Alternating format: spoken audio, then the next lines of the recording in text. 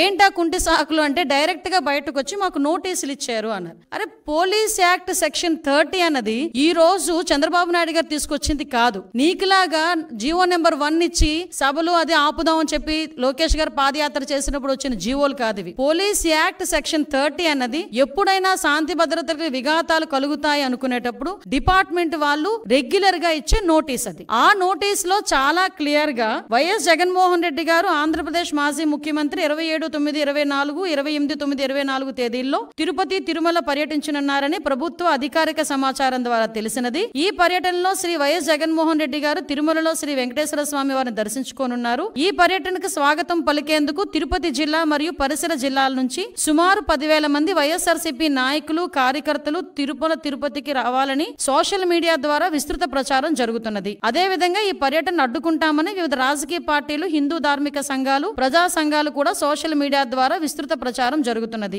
ఈ సందర్భంలో తిరుపతి జిల్లాలో ఉద్రిక్త పరిస్థితులు, శాంతి భద్రతలకు విఘాతం కలిగే అవకాశం ఉన్నది. ఈ పరిస్థితుల వల్ల రాబోయే బ్రహ్మోత్సవాలు మరియు ప్రపంచ వ్యాప్తంగా తిరుపతి తిరుమలకు వచ్చే యాత్రికులపై ప్రభావం చూపే అవకాశం ఉన్నది. అదే విధంగా గౌరవ తిరుపతి జిల్లా సూపరింటెండెంట్ ఆఫ్ పోలీస్ వారు తిరుపతి జిల్లాలో సెక్షన్ 30 పోలీస్ యాక్ట్ ను అమలు చేసి ఉన్నారు. కావున తిరుపతి జిల్లాలో ఎటువంటి ర్యాలీలు, సభలు, సమావేశాలు, భారీ జన సమూహాలు ముందస్తు అనుమతి లేకుండా జరుపుటకు నిషేధించబడినది. ఇట్టి నిబంధనలు ఎవరైనా అతిక్రమించిన ఎడల వారిపై చట్టపరమైన చర్యలు తీసుకొనబడును. కావున అన్ని వర్గాల వారు తిరుపతి జిల్లాలో శాంతి భద్రత పరిరక్షణకై పోలీసు వారికి సహకరించాల్సిందిగా కోరడమైనది. ఇది నోటీస్.